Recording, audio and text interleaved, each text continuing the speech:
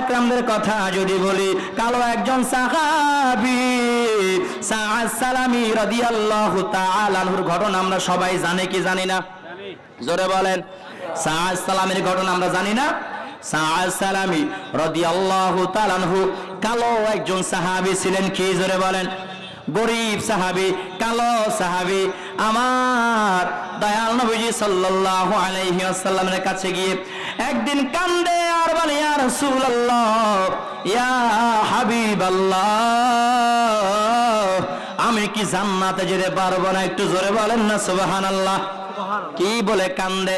বলে, ইয়া রাসূলুল্লাহ, ইয়া হাবিবাল্লাহ, আমি কি জান্নাতে যেতে পারবো না? আমার দয়াল নবী যে ডাক দেয়া বলে, ও সাআদ, কেন তুমি জান্নাতে যেতে পারবে না? তুমি তো মুসলমান হয়ে গেছো, তুমি আমার সাহাবী হয়ে গেছো। সাআদ সালামী ডাক দেয়া বলে, ইয়া রাসূলুল্লাহ, ইয়া হাবিবাল্লাহ,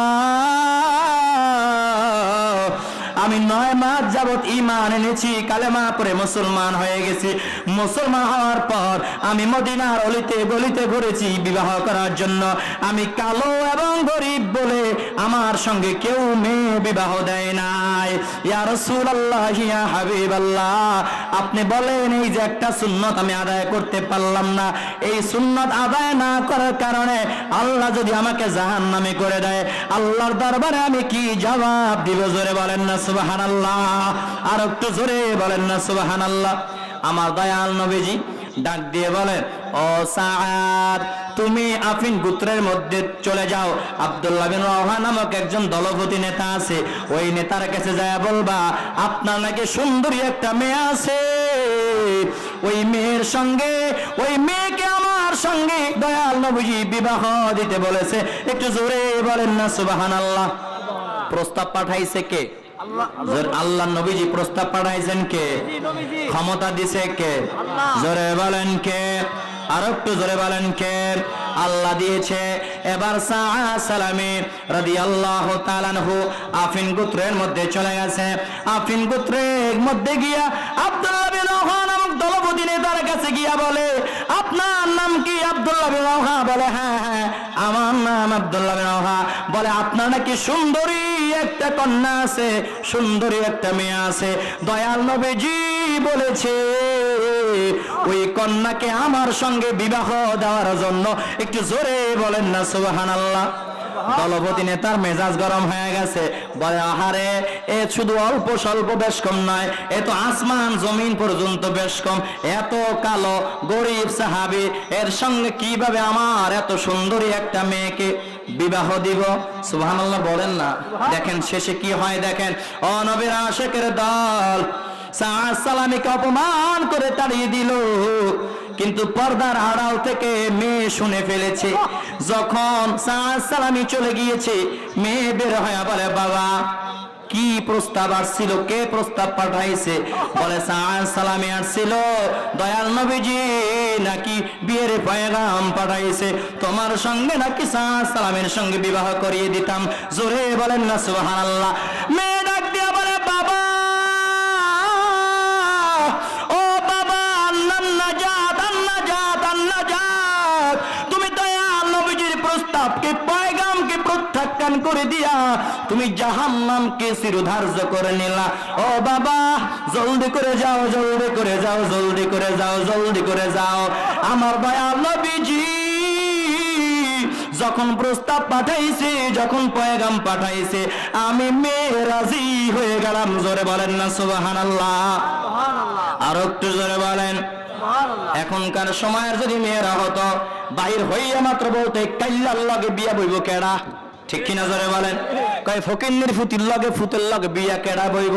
হ্যাঁ তো গাড়ি নাই, হ্যাঁ তো বাড়ি নাই, হ্যাঁ তো কিচ্ছু নাই, ওর সঙ্গে বিয়া বসবে কেডা? বলতো কি বলতো না?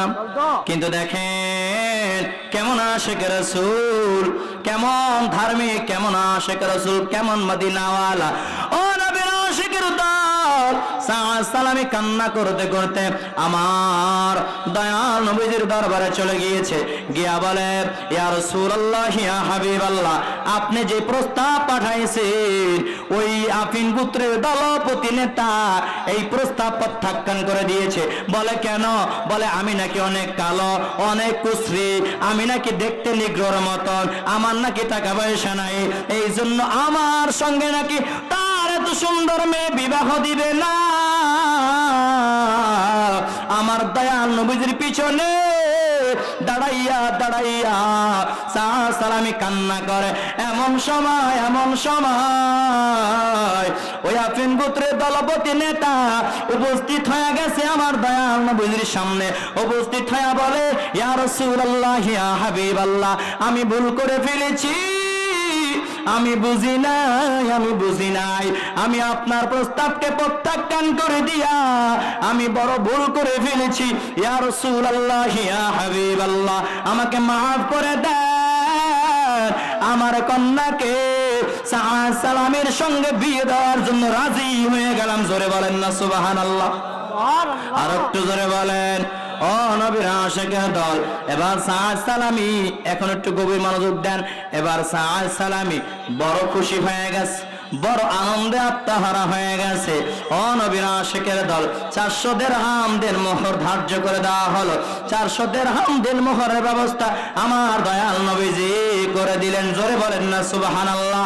ও নবীর আশিকের দল, এবার সাআদ সালামি যখন বাজারে গিয়েছে কেনাকাটা করার জন্য, বাজারে যখন গিয়েছে হঠাৎ করে আওয়াজ হয় আন্নাফির আন্নাফির আন্নাফির আন্নাফির। এটা ছিল জিহাদের ডাক, এটা ছিল জিহাদের ডাক। যখন জিহাদের ডাক শুনতে পেয়েছে, কে যেন ডাক দিয়া বলে আমার দয়াল নবীজি জিহাদের ময়দানে চলে যায়। আমার দয়াল নবীজি জিহাদের ময়দানে চলে যায়, জিহাদের ময়দানে চলে যায়। এই কথা যখন শুনতে পেয়েছে সাআদ সালামি মনে মনে চিন্তা করে, আহারে আজকে তো আমার বিবাহ, আহারে আজকে তো আমার বাসর সজ্জা, আমি যদি কেনাকাটা করে যদি বাড়িতে যাই কত আমি আরামে থাকবো। এদিকে আমার দয়াল নবীজি জিহাদের ময়দানে গিয়া বেঈমানদের হাতে মার খাবে, এটা আমি সাআদ সহ্য করতে পারবো না। একটু জোরে বলেন না সুবহানাল্লাহ। ও নবীর আশিকের দল, সাআদ সালামি রাদিয়াল্লাহু তাআলা আনহু আর কেনাকাটা করলেন না, আর শ্বশুর বাড়ি গেলেন না। ওই দিরহাম দিয়ে, ওই টাকা দিয়া বাজার থেকে একটা বল্লম নিয়া, একটা তলোয়ারি হাতের মধ্যে নিয়া জিহাদের ময়দানে চলে গেছে। একটু জোরে বলেন না সুবহানাল্লাহ। জিহাদের ময়দানে যখন চলে গেছে, বেঈমানদের বিরুদ্ধে তলোয়ারি হাতে নিয়ে যখন বেঈমানদের বিরুদ্ধে যখন জিহাদ আরম্ভ করে দিয়েছে, লড়াই আরম্ভ করে দিয়েছে, জিহাদ করতে করতে করতে করতে সাআদ সালামি রাদিয়াল্লাহু তাআলা আনহু শাহাদাত বরণ করেছে। জোরে বলেন আল্লাহু আকবার। কাকে বলে আশিক রাসূল? আর বর্তমান জামানায় আমার দয়াল নবীজিকে নিয়ে কটূক্তি করা হয়, আমার দয়াল নবীজিকে মাটির তৈরি বলা হয়, আমার দয়াল নবীজির জবান থেকে নাকি দুর্গন্ধ আসতো, এই ধরনের বাজে মন্তব্য করা হয়। আর বাংলাদেশের সুন্নি ভাইয়েরা চুপ মেরে আছে, প্রতিবাদ করতে চায় না। জোরে বলেন ঠিক কিনা বেঠিক? প্রকৃত আশিক রাসূল যারা, প্রকৃত ইশকে মুহাব্বত, ইশকে রাসূল, রাসূলের প্রেম যাদের অন্তরে আছে, এরা সমস্ত গুস্তাখ রাসূলের বিরুদ্ধে লড়াই করবে। জোরে বলেন ঠিক কিনা বেঠিক? আওয়াজ দিয়ে বলেন ঠিক কিনা? মারামারি করতে না পারেন অন্তত স্ট্যাটাস তো দিতে পারেন একটা ফেসবুকে, ঠিক কিনা? মিডিয়া শুনিয়ে লাভ নাই, লাভ আছে নি? নাই, লাভ নাই। মিডিয়া শুনিয়ে লাভ আছে? আমি চাইলে তো মিডিয়া শূন্য হইতে পারতাম না। এই যে ওয়াহাবিতে শূন্য হয়ে গেলাম, আমি চাইলে মিডিয়া কথা বলতে পারতাম না। আমি নজদেগো গুতায়া উল্টায়া দিয়ে করে কিনলে